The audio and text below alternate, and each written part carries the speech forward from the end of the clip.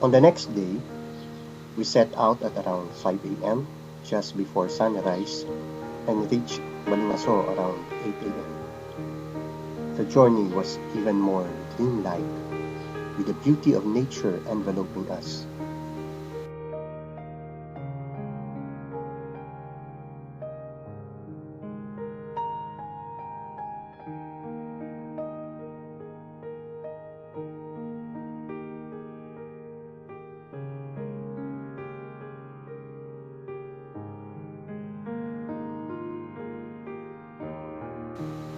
We passed by Lipitan, which was considered a sacred place by the Mangyans.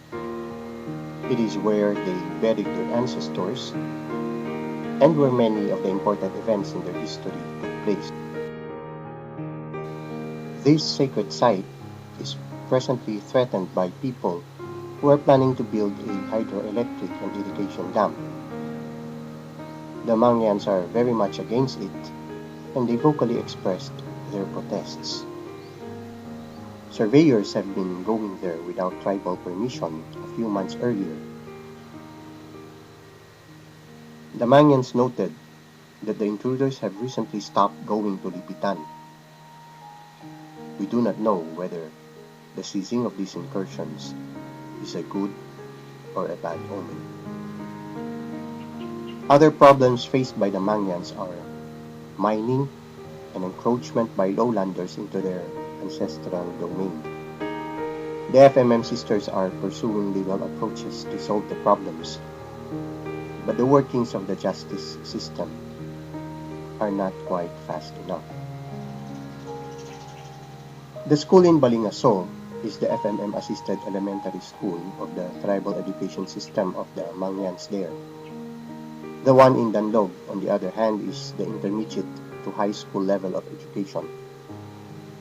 Both schools of Balingaso and Danlog are named Pamanaka, an acronym created by the tribal elders themselves, who are respectfully addressed as the Gurangons.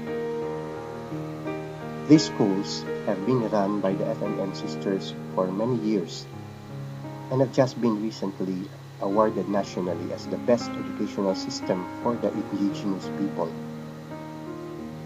Earlier this year, before they received the distinguished award, I brought with me to this place 2 other brothers to study their approach on tribal education. But maybe it was not yet time, and the earlier endeavor did not bear much fruit. But fate smiled on us this time, as one of the brothers with me, Brother Jomer Rubico, a teacher, got a chance to go around and observe the schools during his free time, and was somehow inspired to learn more from the approach of the sisters.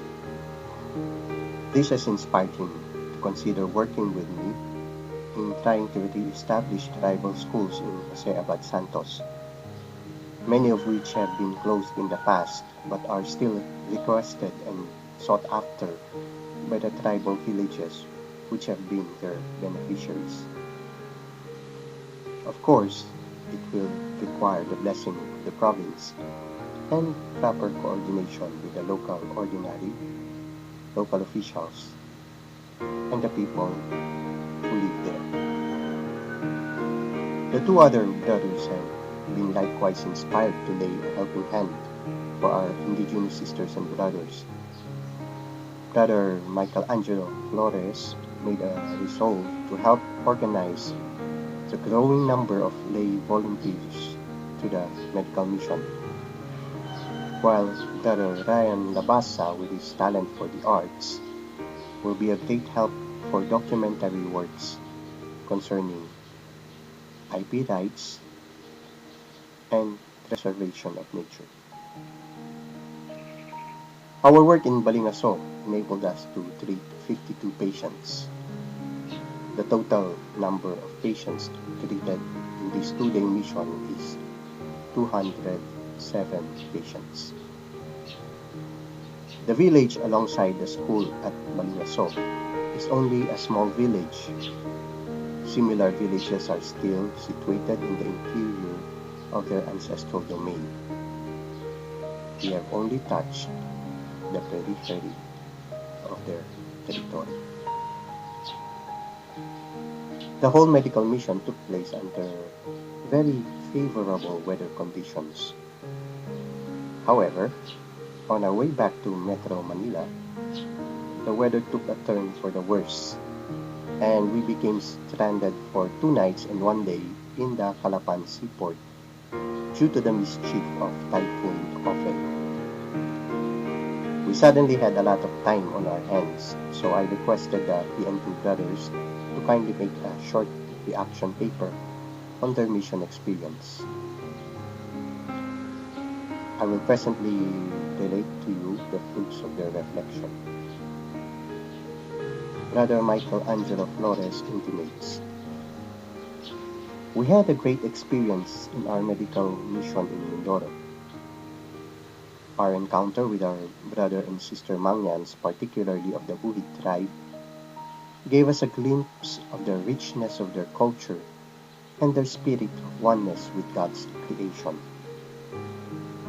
Crossing rivers and mountain trekking with them towards their village made me feel and experience the beauty of their ancestral domain, which is unfortunately threatened by some selfish interests. I hope we can also do our share in protecting and upholding the rights of our IP brothers and sisters." Brother Ryan Labasa has this to say, "Isang magaan at masaya at very overwhelming na experience. Hindi ko akalain na ganun kaganda ang kanilang lugar. Well preserved sa kultura at sa kalikasan. Siguro, ang isa na gusto kong balikan doon ay kung papaano sila makitungo sa amin. Mga simpleng tao at higit sa lahat, ang pagiging kontento nila sa kung anong meron sila. At ako, bilang isang relihiyoso, isa sa mga tanong o dapat kong gawin ay kung papaano sila matulungan para manatili ang kanilang kultura at pagkakaroon nila ng karapatang igalang at respetuhin sila. Naway sa pagdating ng panahon, maging isa ang Capuchin order sa mga boses nila." Finally, Brother Jomer Rubico has this to say,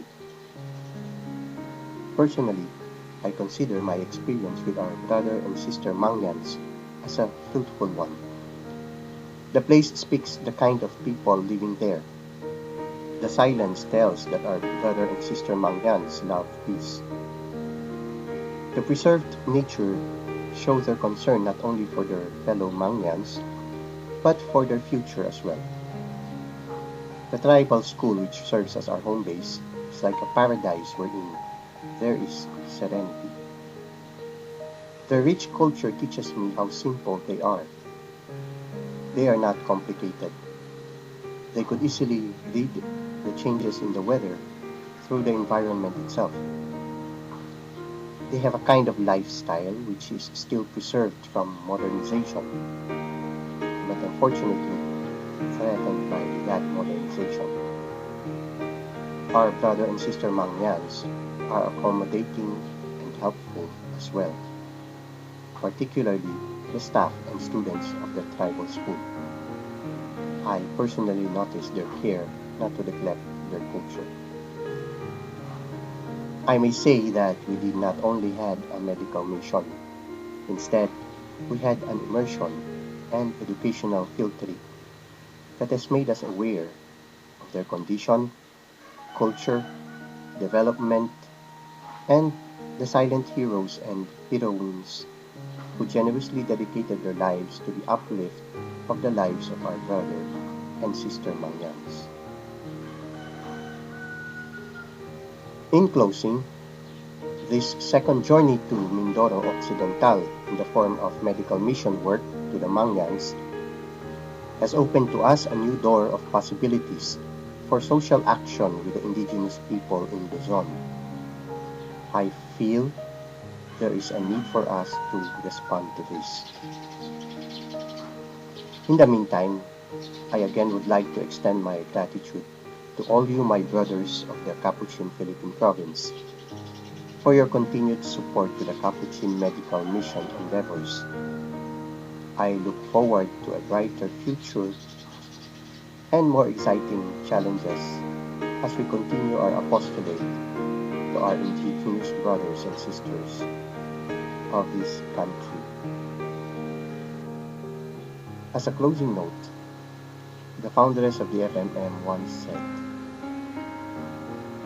"If this is my will, it will die with me. This is God's will, it will flourish." Well, my dear brothers, let's just hope that this is God's will. I remain your brother in Christ, Brother Joel de Jesus, OFMCap, Coordinator, Capuchin Medical Missions.